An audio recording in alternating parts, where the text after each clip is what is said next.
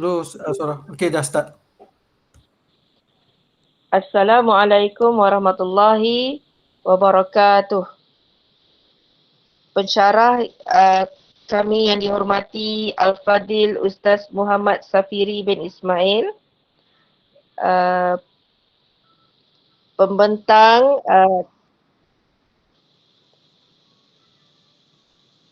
Pembentang kami seperti mana dalam kumpulan kami ada terdiri daripada 4 orang. Yang pertama ialah Encik Ahmad Ashri bin Ismail, nombor matrik UFK 210084. Encik Nik Armiza Ezra Shah bin Ruslan, UFK 210116. Saya sendiri Endang Haryati binti Ayub, nombor matrik UFK 210089. Dan Puan Liza binti Muhammad Idris, nombor matrik UFK 210082. Di sini saya ingin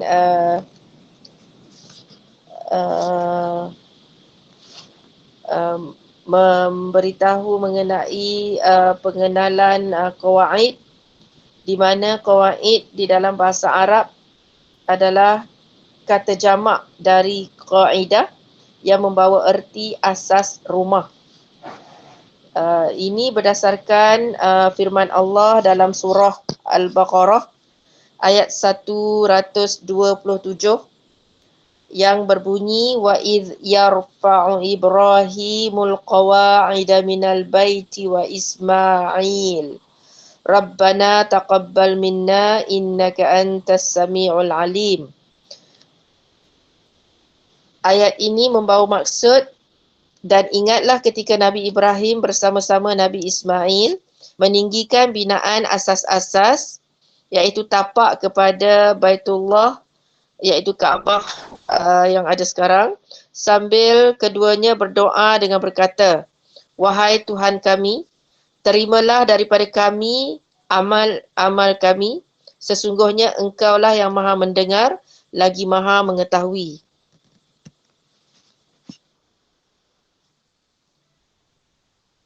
Kalau kita lihat pula daripada segi bahasa Arab, qawaid, kalimah qaidah digunakan untuk seorang perempuan yang duduk. Yang kedua, kita boleh lihat kalimah qaidah juga digunakan untuk asas, al-asas, undang-undang, al-qanun, dan ibu negeri. Kaedah menurut istilah fuqaha yang bermaksud hukum kulli yang dipraktik ke atas keseluruhan masalah juz'iyah, iaitu masalah secara detail. Saya serahkan kepada sahabat saya untuk meneruskan pembentangan kami.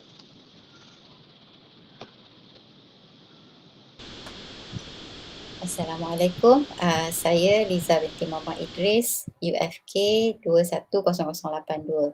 Saya akan mulakan dengan pengenalan qawaid fiqhiyah, yang mana qawaid fiqhiyah ini adalah prinsip-prinsip fiqh yang kuli, iaitu yang am, digubal dalam bentuk nas-nas, yakni teks yang ringkas dan bersifat seperti perlembagaan, mengandungi beberapa hukum syarak yang umum, mencakupi masalah-masalah yang termasuk di bawah tajuk-tajuknya. Menurut kata Al-Imam Jalaluddin Al-Mahalli, kaedah adalah suatu kenyataan menyeluruh yang dapat dikenal pasti daripadanya hukum hakam juzuk-juzuknya. Manakala menurut Imam Ibn Taymiyah pula, kaedah ini adalah ilmu yang berkaitan dengan ibarat ataupun kias, atau ia merupakan penjelasan tentang hukum-hukum yang umum. Sejarah kemunculan qawaid fiqhiyah ini. Kaedah ini tidaklah digubal sekaligus, tetapi ia digubal beransur-ansur oleh para ulama, bermula dari kurun ke-3 dan ke-4 Hijrah, yang mana semasa waktu tersebut adalah zaman kegemilangan penulisan karya fiqh. Ia munculnya ia adalah bila mana terdapat nas-nas yang ditafsirkan dengan berbagai-bagai, iaitu ada nas berbentuk umum merangkumi pelbagai masalah dan ada nas mutlak yang melahirkan pendapat-pendapat untuk mengikatnya atau memuqayyadkannya. Yang kedua, kaedah fiqh ni muncul ekoran dalil-dalil syarak yang diperselisihkan oleh fuqaha. Contohnya sama ada sesuatu dalil itu menjadi qat'i atau zanni serta dapat dijadikan atau menjadi pegangan ataupun tidak. Dan ketiga, munculnya kaedah fiqh ini bila mana terdapat kaedah-kaedah umum berasaskan adat kebiasaan yang muncul dalam perkembangan hidup manusia dari satu generasi ke generasi lain untuk disesuaikan dengan masalah-masalah hukum furuk semasa. Okay. Seterusnya saya beri kepada rakan Tuan Ashri. Terima kasih. Bismillahirrahmanirrahim. Assalamualaikum warahmatullahi taala wabarakatuh. Saya ucapkan ribuan terima kasih pada sahabat-sahabat yang telah membentangkan tadi.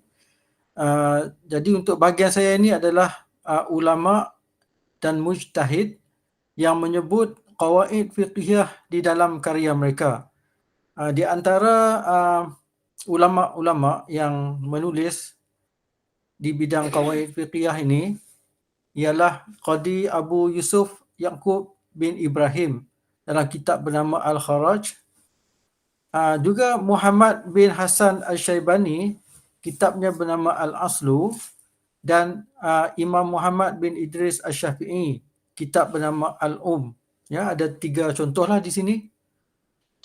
Seterusnya contoh-contoh qawaid fiqhiyah yang kami fokuskan, itu yang pertamanya adalah al-masyaqqah tajlibu taisir, ya, iaitu kesukaran menjadi sebab kepada kemudahan dan keringanan. Itu yang qawaid yang pertama yang kami fokuskan. Yang kedua adalah al-adah muhakkamah, iaitu adat dijadikan sebagai rujukan hukum. Jadi dua ini yang contoh-contoh yang kumpulan kami fokuskan. Seterusnya saya serahkan kepada Ustaz Hamiza untuk pembentangan seterusnya. Dipersilakan. Bismillahirrahmanirrahim. Assalamualaikum warahmatullahi wabarakatuh. Terima kasih sahabat-sahabat sekalian. Okey, seterusnya tadi sahabat saya ada memberikan 2 contoh. Yang pertama contoh al-masyaqqah tajlibu taisir dan al-'adatu muhakkamah. Okey, al-masyaqqah tajlibu taisir, yakni kesukaran menjadi sebab kepada kemudahan dan keringanan. Daripada contoh ini ada terlahirnya furuk-furuk di bawahnya seperti kaedah iza daqal amru tasa'. Maksudnya apabila ada kesempitan pada sesuatu perkara maka hukum diperluaskan. Contoh klasik yang bila kita tengok dalam konteks ini adalah seperti disyariatkan cerai dan tebus talak demi kemudahan kepada pasangan yang tidak serasi. Itu contoh fiqh klasik lah. Cuma dalam pembentangan kali ini kami diberi tugasan untuk mencari contoh fiqh kontemporari. Jadi antara fiqh kontemporari yang berkaitan dengan furu' al-masyaqqah tajlibu taisir, iaitu iza daqal amru tasa', ialah harus melupuskan uri bayi orang Islam yang dijangkiti COVID-19 dengan sekadar yang termampu. Maksudnya kalau ikut yang sunatnya ialah kita basuh dan tanam di tempat yang bersih lah. Cuma kalau ada kekangan-kekangan yang tertentu maka ada masyaqqah sekiranya dibuang begitu sahaja oleh pihak hospital, ianya dibenarkan. So yang kedua ialah al-'adatu muhakkamah, adat dijadikan sebagai rujukan hukum. Dalam al-'adatu muhakkamah terlahirnya uruf amali yang bermaksud uruf perbuatan. Contoh fiqh klasik dalam perbahasan ini ialah perbuatan yang menjadi kebiasaan di kalangan manusia seperti jual beli mu'adah, yakni jual beli tanpa ijab dan kabul. Itu contoh klasik lah.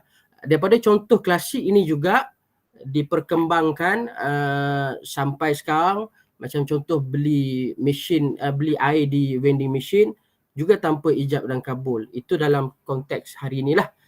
Itu daripada fiqh klasik. Daripada fiqh klasik dia berkembang kepada fiqh kontemporari. Contoh lain daripada fiqh kontemporari ialah dikenakan zakat emas perhiasan menurut uruf setempat. Cuma hal ini saya kira dalam fiqh zakat Al-Allamah Syekh Dr. Yusuf Qaradawi, kalau dilihat bahawasanya sebenarnya benda ni telah pun disebut oleh Imam An-Nawawi, cuma dikembangkan pada hari inilah. Dan pemerintah ataupun uli amri menetapkan kadar pemakaian emas bagi satu-satu negeri ini mengikut uruf. Kalau di wilayah persekutuan, kadar emas pakai adalah 800 gram. Sama juga dengan Selangor, iaitu 800 gram.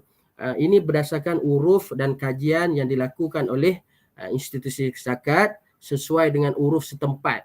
Maksudnya kalau 800 tu kira banyak lah. Itu dari konteks fiqh kontemporari lah. Okey, antara rujukan kami ialah pertamanya Irsyad Usul Fiqh siri ke-6 daripada Pejabat Mufti Wilayah. Yang kedua ialah perbahasan kaedah-kaedah fiqh Dr. Abdul Latif dan Dr. Mawati Ali Makzin, terbitan Pustaka Salam. Juga kitab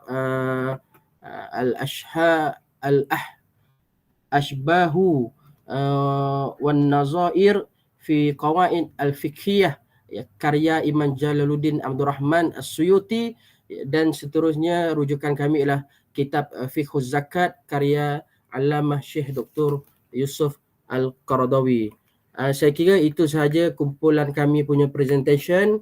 Yang menjadi permintaan pensyarah adalah contoh fiqh klasik dan fiqh kontemporari. Juga kami bawa pengenalan fiqh dan sejarah dan sebagainya dalam kami punya perbahasan. Saya kira itu sahaja daripada kami. Sekian, wabillahi taufiq wal hidayah. Wassalamualaikum warahmatullahi wabarakatuh. Terima kasih semua. Terima kasih pensyarah.